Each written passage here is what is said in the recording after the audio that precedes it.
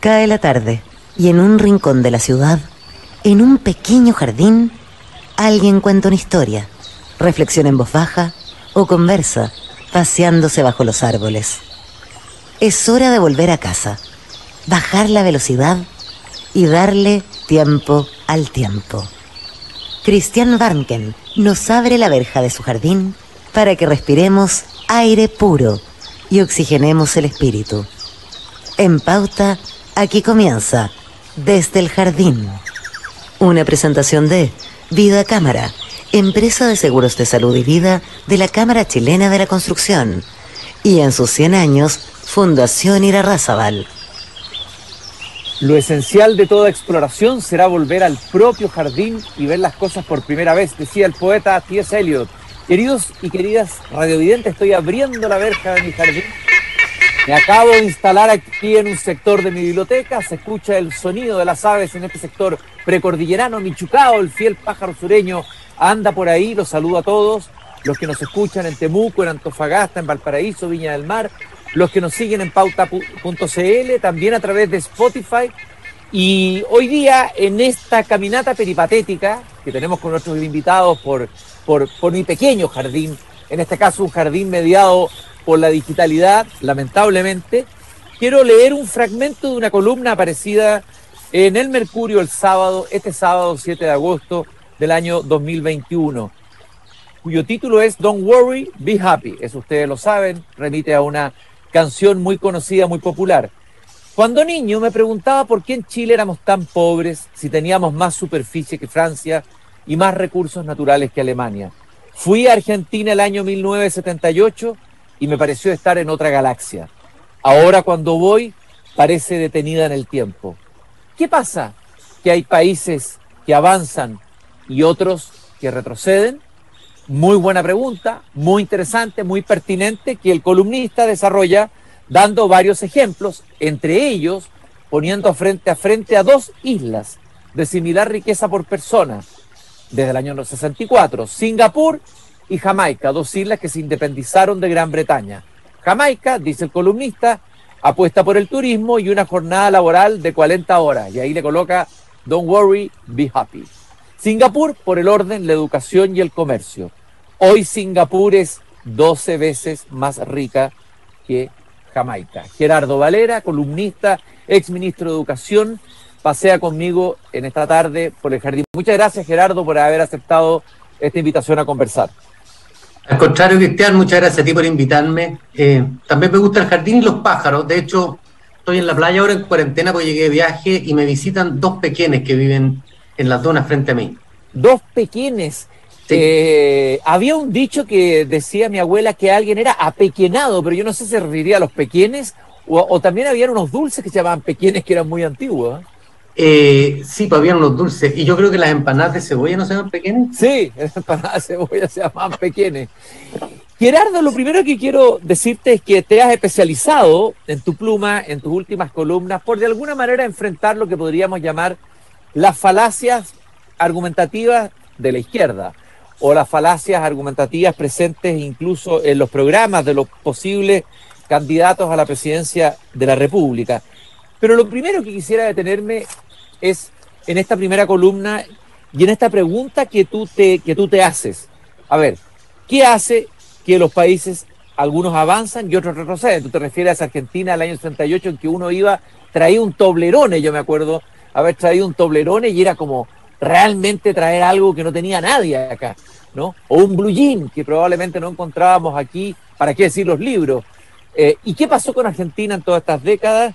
Y a ver, si tuvieras que resumir finalmente, es difícil, imagino dar una respuesta total, pero ¿qué es definitivamente para ti? ¿Cuáles son los 3 o 4 elementos fundamentales que hacen que un país avance y otro retroceda?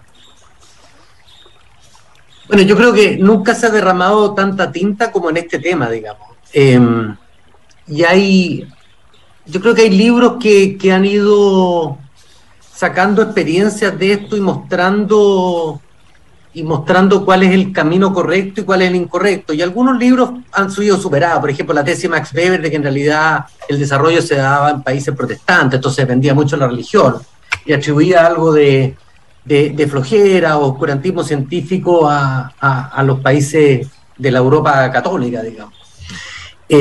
Hay libros como ¿Por qué fracasan las naciones?, que yo creo que vale la pena de Acemoglu y Robinson de leer. Hay otro de David Landes que se llama La riqueza y pobreza de las naciones. Hay un libro de un tipo un poquito de izquierda, que es Jared Diamond, pero que escribe bien sobre armas, gérmenes y acero, que dice por qué esta península de la masa de tierra asiática que es Europa conquista el mundo y no al revés, cuando la riqueza de verdad estaba en India, en China, en fin. Y yo creo que hoy día la historia lo que muestra es que hay un conjunto de instituciones que son las que permiten el progreso. No es la raza, no es la religión, no es la geografía, porque históricamente la geografía era muy incidente, siempre los territorios o las ciudades, digamos, de la costa son más ricas que las montañesas, porque hay más intercambio cultural, más intercambio comercial, y eso hace que se desarrolle más rápido, y uno lo ve en la antigüedad. Pero la verdad que la historia de la humanidad muestra ingreso per cápita plano hasta el 1490, digamos, y ahí hay lo que se llama en historia la gran divergencia, que este crecimiento exponencial del mundo occidental versus el mundo oriental. China se queda, digamos. China vuelve a crecer recién a partir de la reforma de Deng Xiaoping en el año 78. Hasta el año 60 todavía no es capaz de alimentar a su población. Y la pregunta es, ¿qué es lo que permite este desarrollo? Y la verdad que no existe otra receta que buenas instituciones, y están resumidas, yo creo, en 3 palabras de la Constitución norteamericana: el derecho a la vida, la libertad y la propiedad.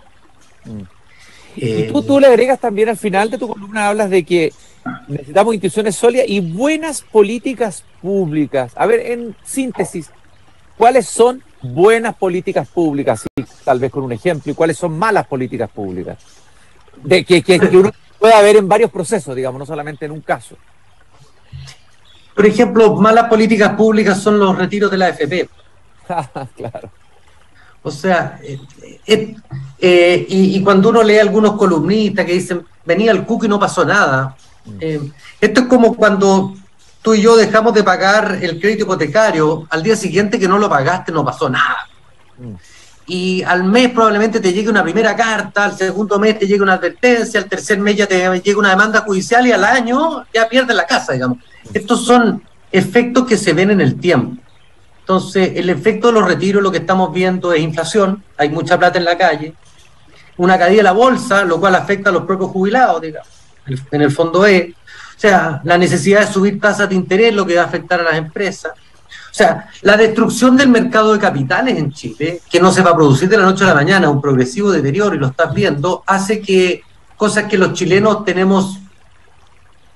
atesoramos y ya lo damos por sentado, como tener un crédito hipotecario a 30 años, en Argentina no, pues en Argentina tú no puedes ahorrar 30 años porque en alguna parte la inflación o el Estado te va a capturar esa plata. En Chile tú tienes la capacidad de proyectarte en el largo plazo. Y la capacidad de proyectarte en el largo plazo supone estabilidad de las reglas del juego. Y eso supone o exige políticas públicas adecuadas. Esto es malo porque lo que estás haciendo es que la generación de hoy día se está gastando plata y después le va a exigir a la que viene que le financie su jubilación. Entonces está hipotecando el futuro. Esa es una muy mala política pública.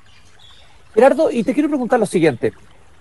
Se suponía que Chile, de alguna manera, era un ejemplo en términos de sus instituciones, era un ejemplo en términos de su desarrollo económico, era un ejemplo incluso en general, comparativamente con América Latina, de sus políticas públicas. Sin embargo, se produce el estallido social del 19 de octubre. Tú planteas, me imagino que esa es la tesis de fondo que tú planteas, es que el estallido social se produce por frustración, y la frustración por falta de oportunidades, y esta por falta de crecimiento económico. ¿Ok? Mi pregunta es la siguiente: ¿esa es la única causal, es la causal más importante o es la causal más fundamental del estallido, o podría haber otras? La que tuvimos un estancamiento del crecimiento económico, me imagino que estás pensando en el gobierno de la presidenta Bachelet, por ahí parte como el estancamiento. La verdad es que cuando tú tomas decenios, el decenio 86-96 es muy bueno, el 96-2006 es menos bueno, y del 2006 en adelante empieza a estabilizarse. y a caer después derechamente. Cuando tú tienes 10 años sin crecimiento económico, hay una promesa incumplida. La promesa de que si tú estudias, te esfuerzas, te va a ir mejor. Y eso deja de producirse porque cuando las economías no crecen, las remuneraciones tampoco. Empieza lo que se llama en economía el juego suma cero.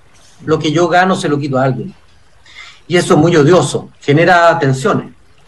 Entonces, yo creo que aquí lo que hay es una narrativa, porque hay gente que nunca le gustó el modelo, no le gustó ni siquiera el año 81 cuando se generaron las AFP, no le gustó esta persona independiente que era capaz de tomar sus propias decisiones y decidir su vida a riesgo incluso de equivocarse, sino que quería dirigirle la vida al prójimo, que es una vieja pretensión socialista de que hay una élite que es mucho más inteligente que el resto y tiene la capacidad de decidir mejor por el resto lo que te conviene.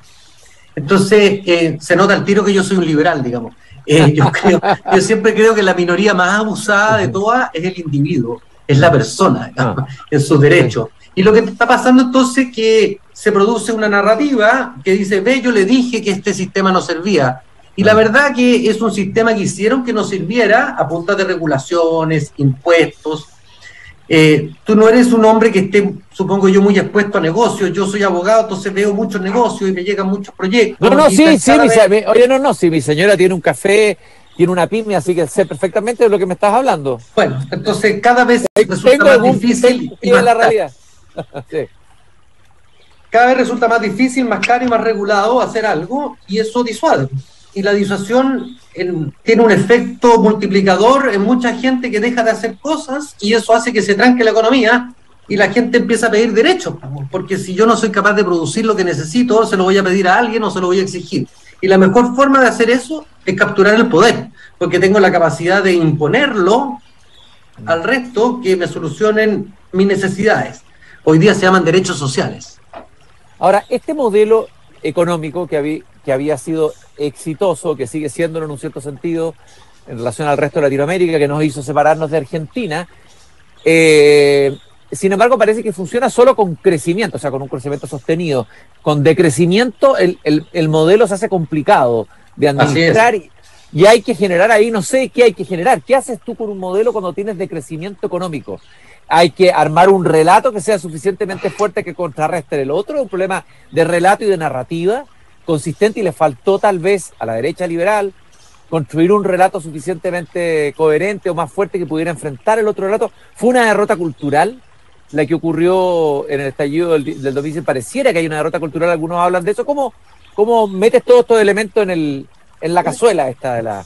Sí, yo creo, Cristian, que en toda sociedad, en todo momento, está teniendo lugar una batalla de ideas, una batalla cultural. Algunos decían que no les interesa participar, otros que no tienen dedos para el piano para participar, otros se esconden y prefieren obviar que existe, pero no por eso deja de estar ocurriendo y tener efectos en nuestra vida. Yo me acuerdo a los empresarios en los 90, si tú te acuerdas, cuando opinaban de economía y de las malas políticas públicas, le decían que eran muy ortodoxos. La verdad es que los empresarios, igual que el resto, se acomodan. Si uno no está para estar peleando todo el tiempo con la clase política. Ahora, la clase política le incomodaba el modelo porque le quita poder. Y el modelo incluía una constitución política que le quitaba poder. Y no hay nada que le dé más vértigo a la clase política que acumular poder. Porque asociado al poder hay riqueza. Hoy día en Chile tenemos un Estado rico. Para que tú te hagas una idea, Cristian, el Estado de Chile tiene un presupuesto anual que es más grande que Uruguay. El PGB de Uruguay es más chico que el presupuesto de gasto del Estado de Chile. Y eso es pre-pandemia, post-pandemia, cualquier cosa. Entonces, hoy día es un botín muy jugoso de controlar. Por eso que los padres fundadores de Estados Unidos, el constitucionalismo moderno, dijeron al Estado hay que restringirlo y mantenerlo chico, porque cuando se agranda lo hace a costa de la libertad de las personas y del progreso de las personas. Y eso es lo que estamos viendo. Ahora, si tú me dices, perdimos la batalla cultural, yo creo que la vamos perdiendo, pero es una batalla que no tiene término, que es permanente, y lo importante es sacar la voz, hablar y explicar. Cuando la gente piensa que puede terminar con la AFP y que eso no le afecta en su vida cotidiana, no se da cuenta que van a dejar de haber créditos de largo plazo. Y eso significa que no se va a poder endeudar a 30 años, va a tener que acumular 30 años de plata para poder comprarse una casa. porque hoy día tenemos un privilegio que no tiene nadie en Latinoamérica. Esos créditos hipotecarios van a desaparecer. La posibilidad de construir una carretera que se financia a 30 años. Tipos de cambio alto que nos van a hacer imposible viajar, porque no vamos a tener plata. O sea, la gente tiene que entender que tiene un costo no tener un mercado de capitales desarrollado, y nosotros lo tenemos y hay que cuidarlo. ¿No piensas que uno de los factores también que contribuyó, tal vez fue el acelerante, ya que están de moda los acelerantes, sobre todo en las primeras líneas, pero que quizá uno de los acelerantes del estallido podría haber sido también el deterioro, digamos, el deterioro ético de muchas prácticas, tanto en la clase política como también en una parte de la clase empresarial? Se ha hablado mucho de este cabreamiento de la gente de la calle con las colusiones, etcétera, y que un sistema capitalista que no es capaz de hacer cumplir reglas estrictas o de mantener una cierta probidad o una virtud mínima, es un sistema capitalista que está cojo. O sea, por ejemplo, en Estados Unidos estas cosas, eso es lo que estoy diciendo, lo que se dice, no es que sea así, por eso te pido que lo conteste, que en Estados Unidos se castiga fuertemente cierto delito económico y aquí hay una especie de legislación más débil. ¿Cómo incorporas este elemento tú en lo que pasó el 19 de octubre? El mismo Adam Smith habla de esto también, ¿eh? Sí, claro, cada vez que dos hombres se juntan, conspiran contra el mercado, digamos, dice Adam Smith. A ver, yo creo que primero hay miles de millones de personas interactuando todos los días a toda hora y el riesgo de un comportamiento ilegal o poco ético existe. Y no es que en los empresarios haya una selección adversa, que todos los malos son empresarios y el resto de los chilenos son todos virtuosos. O sea, cuando, no sé, ¿cuánto eran? 500.000, creo que recibieron un subsidio que no les correspondía, entre los cuales había 40.000 empleados públicos. Sí. O sea, yo creo que aquí la honestidad o deshonestidad está regularmente repartida entre todos los chilenos. No creo que haya ni que los políticos sean más malos que nosotros, ni que nosotros seamos más virtuosos que el resto. O sea, yo creo que eso está más o menos repartido. Y efectivamente, por razones políticas, hay algunos que se notan más. Cuando muere Catrillanca, por ejemplo, salen todos los diarios en todas partes, pero cuando muere el chofer del camión que mataron los comuneros, no sale en ninguna parte. O sea, aquí la idea de que habían unos empresarios que tomaron malas decisiones, se pusieron de acuerdo, conspiraron contra el mercado, entonces eso es un pecado capital, digamos, pero el resto de los chilenos no, mientras tanto eran súper virtuosos y ninguno, bueno, se colaba en el metro o dejaba... O sea, yo creo que efectivamente aquí ha habido una magnificación, además muy convenientemente utilizada por los que están en contra de la empresa. Pero tú comprendí, siempre se habla, no sé, porque condenaron a no sé qué empresario a clases de ética, al circunstancia que eso es falso. Ese es uno de las varias condenas que tiene, digamos. Entonces, como eso hay muchas cosas que son medias verdades o derechamente mentiras. Chile sanciona gravemente. Cuando habla que la información privilegiada no se sanciona mucho, tiene 10 años de cárcel la información privilegiada. ¿Qué están hablando? Otra cosa es que, como buen país civilizado que somos, se requiere un estándar probatorio y somos inocentes hasta que no se pruebe culpabilidad. Y la pregunta entonces, ¿qué es lo que hay de eso? Cuando todo el tema de las platas políticas, la mitad era un invento de la prensa de que habían delitos así como en Italia la mano puliti. En Chile no existía tal delito, digamos. De hecho, el delito lo comete la persona que recibía más plata de la que correspondía y no el que lo pagaba, digamos. Entonces, el principio de tipicidad no lo inventamos nosotros, viene del siglo XIX, es una creación liberal, está en el Código Penal y hay que respetarla, porque es una norma de protección para todos los chilenos, especialmente para los periodistas, que se les olvida hasta que ellos están expuestos. Oye, Gerardo, una de tus afirmaciones en una de tus columnas es que tenemos una izquierda tan arrogante como ignorante, cuyas ideas pueden sobrevivir sin validarse en el test de la realidad. A ver, me gustaría que desarrollaras esa idea, o que la encarnara, la ejemplificara. Claro, lo que pasa es que nosotros teníamos una centroizquierda que le llamábamos Concertación, que por alguna razón se desacreditó, pero que se había reconciliado primero con la democracia, que yo creo que tuvimos una izquierda en Chile que combatió a la democracia durante el gobierno de Allende. Teníamos una izquierda nueva que se reconcilió con la democracia y que se reconcilió con el capitalismo. Y que entendió que el capitalismo, a la manera de Pepe Mujica, tiene que ser capaz de fructificar y generar de manera que el Estado pueda recaudar y repartir.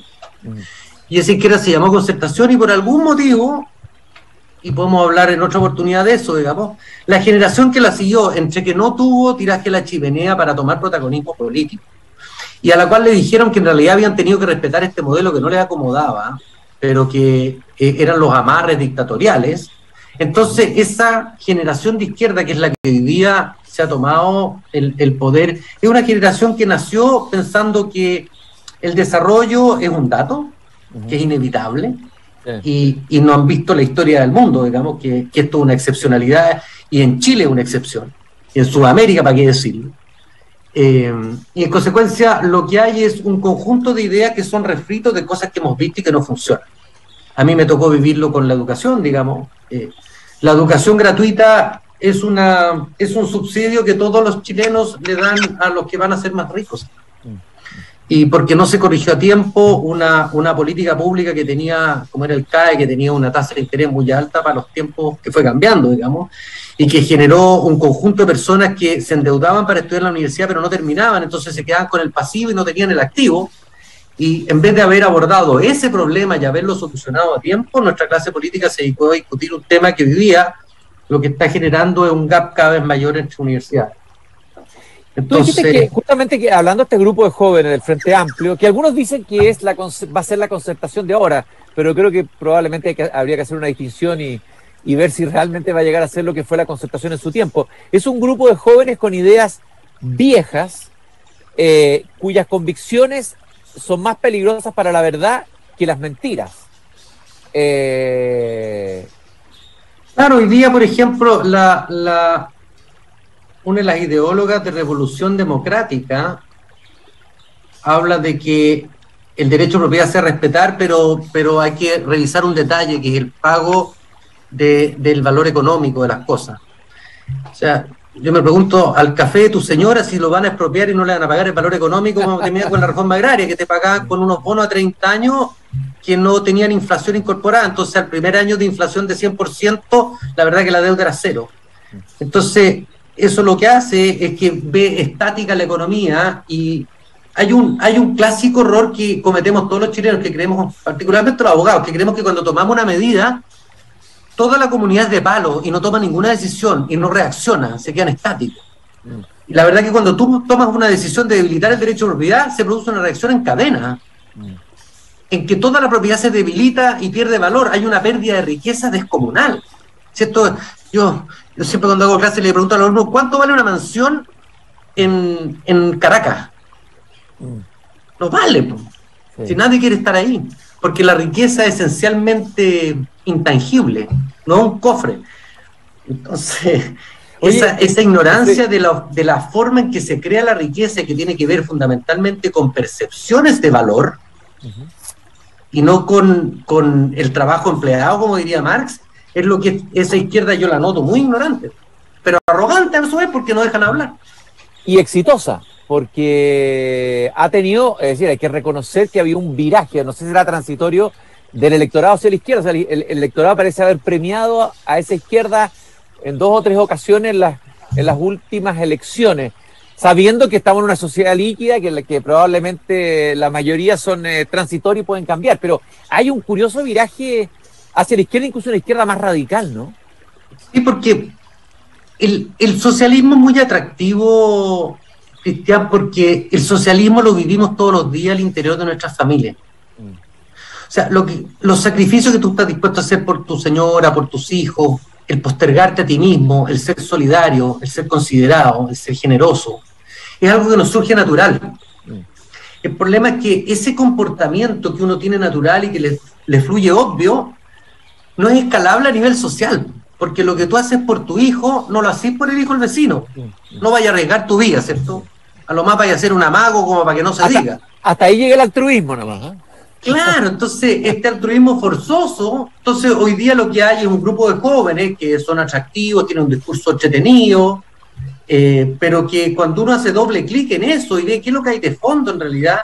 Yo me acuerdo uno que decía, mira, nosotros en el Frente Amplio no hablamos de economía porque es neoliberal. Bueno, yo creo que si el principio de escasez, no sé, pues viene de Adán y Eva, porque no eran neoliberales.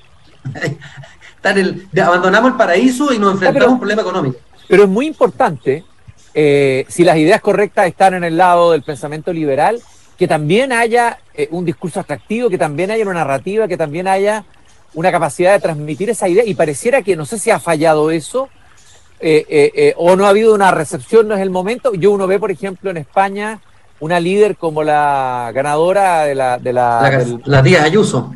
En Madrid, logró articular un relato, un discurso en torno a la libertad, que fue capaz de movilizar incluso a gente de izquierda que votó por ella. Entonces, ¿qué ha pasado aquí en la derecha política, por decirlo así? Pero ¿cuándo surge el discurso de la libertad exitoso? Cuando habían reyes. Porque el discurso de la libertad emana, surge, prospera cuando hay opresión. O sea, yo estoy seguro que el discurso de la libertad en Cuba aprendería mucho más que en Chile, porque en Chile toda la gente da la libertad por descontado. Entonces, cuando yo voy a hablarle a alguien de la importancia de la libertad y conservarla, él me dice, ¿qué me habláis? Si no estoy arriesgando nada.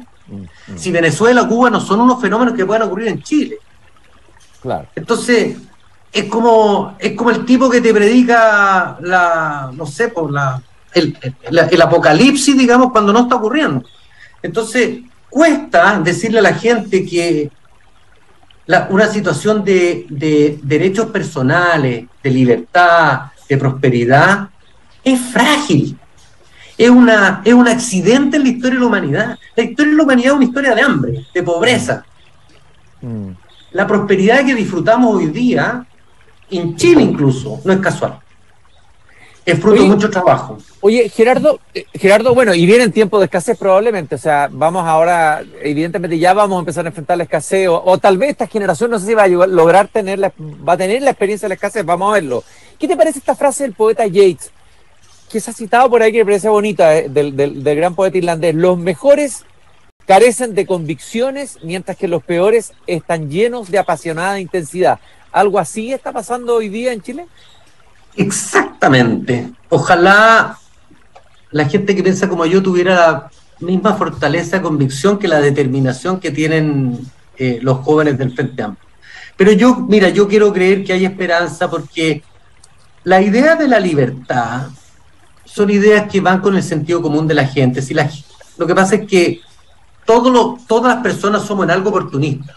Mientras veamos que podemos vivir a costa del prójimo, lo vamos a hacer. Y tú ves hoy día que hay poca propensión a salir a trabajar porque pierdo el IFE, o quiero trabajar en negro para que no se note. Entonces, esa forma de comportamiento, la gente intuitivamente sabe que la plata no sale de los árboles y sale de alguna parte. O va a salir de inflación, o sale de endeudamiento, o va a terminar en desempleo. O sea, las fiestas nunca serían buenas si no terminaran. Y esta es una fiesta que va a terminar, es una fiesta de consumo. Oye, es como Gerardo, el primer año de Allende, o los primeros 3 años o 5 años de Chávez. Se gastó la plata del petróleo y después hay que pagar la cuenta. Y los venezolanos no fueron capaces de sacar a los chavistas del gobierno, y hoy día han tenido que escaparse de su país. Gerardo, al final, bueno, hay mucho de conversar, así que te voy a invitar de nuevo a Pasear en el Jardín. Ha estado muy entretenido y muy instructiva la conversación contigo. Siempre recomiendo un libro, saco un libro de mi biblioteca que me imagino que podría gustarle al entrevistado, y escogí este. A lo mejor lo conoce, a lo mejor no. Un libro de un filósofo alemán que estuvo en Chile, que tuve la suerte de entrevistar, fue invitado por el CEP, Peter Sloterdijk. Pero tiene un libro sobre el tema de los impuestos desde una mirada filosófica. El libro se llama Fiscalidad Voluntaria y Responsabilidad Ciudadana.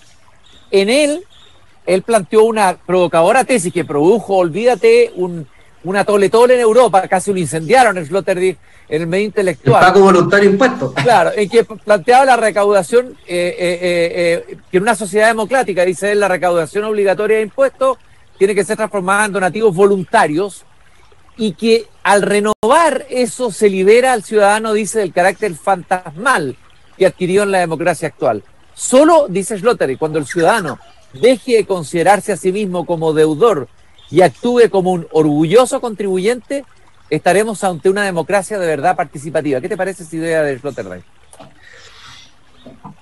Mira, yo creo que la democracia surge en parte sobre la base de un ciudadano que era un ciudadano dueño de sus bienes, pagador de sus impuestos y que servía en el ejército. Ese era un ciudadano completo. El problema que tenemos en las democracias modernas es que esa tríada se ha ido perdiendo y divorciando. Y en Chile tenemos un problema muy grave, y es que escondemos los impuestos. Porque a los empleados les pagan el líquido y la empresa retiene. A las personas el IVA se lo escondemos en la boleta y no lo mostramos como en Estados Unidos, que tú llegas a la caja y ahí te cobran el impuesto a la venta. Por eso que de un 6% aquí escondemos en un 19%, digamos. Si la señora Juanita le mostráramos que cuando ella compra 5 lechugas paga 6, te aseguro que estaría en contra de los impuestos. Pero aquí en Chile la clase política se ha encargado de esconder. Y yo con Sloterdijk primero creo que hay que sincerar los impuestos y mostrarlos, para que los chilenos sepan todos cuánto pagan de impuestos. Porque ahora Chile es el único país en que es popular subir impuestos, porque la gente piensa que se lo cobran a los ricos. Y la verdad que sí. Lo paga hasta en el kilo de pan, lo estás pagando, ¿no? Pero lógico, se paga en todas partes. Y está bien. Y lo que además es que le mientan. Y lo otro que es grave es que tú lo señalaste en una columna, parece que te cobren doblemente, o sea, te cobran el impuesto, pero además por otra vía, por el lado, te pegan por otro lado, como el impuesto patrimonial, ¿no es cierto?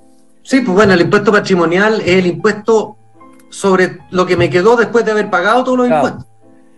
Eso ya eso se llama desmesura, hybris, como dirían los griegos. Es un pecado de desmesura, imposible. La ubris, ¿no? La ubris, la arrogancia, sí. La arrogancia, la desmesura. Mira, a mí me tocó conocer la Sloterdijk, comí con él. Ya. Cuando vino con el CEP. Me pasó que estaba como con Chauncey Gardiner, ¿te acuerdas en la película que está todo el mundo esperando que diga algo genial? Sí. Y el tipo parece que estaba muy cansado y no habló nunca. Entonces, qué bueno que tú me recomiendes un libro de él porque lo voy a leer. El libro es extraordinario y él es un poco autista, su personalidad es autista, pero como escritor es un escritor notable, como ensayista, como pensador, un pensador polémico, políticamente incorrecto, muy inteligente, muy brillante. Gerardo, muchas gracias por este paseo por el jardín, te voy a invitar de nuevo. Tenemos algunos habitudes que suelen volver. Espero que haya sido agradable este momento de conversación. Encantado, muy honrado que me hayas invitado. Y recordar la frase que dijo Voltaire, siempre la digo al final del programa en su libro Cándido: hay que cultivar el propio jardín. Muchas gracias, Gerardo, por esta conversación. Gracias a ti, encantado. Adiós. Chao. Y recordar que nos acompaña Fundación Irarrázaval en sus 100 años. Toda la semana entrevistamos a un profesor de Chile desde Arica a Punta Arenas, y también seguros de vida de la Cámara Chilena de la Construcción, Vida Cámara. Cierro la verja de mi jardín, mañana a las 8 nuevamente nos encontramos aquí con mi chucao, mis libros y una conversación con sentido. Muchas gracias, hasta mañana.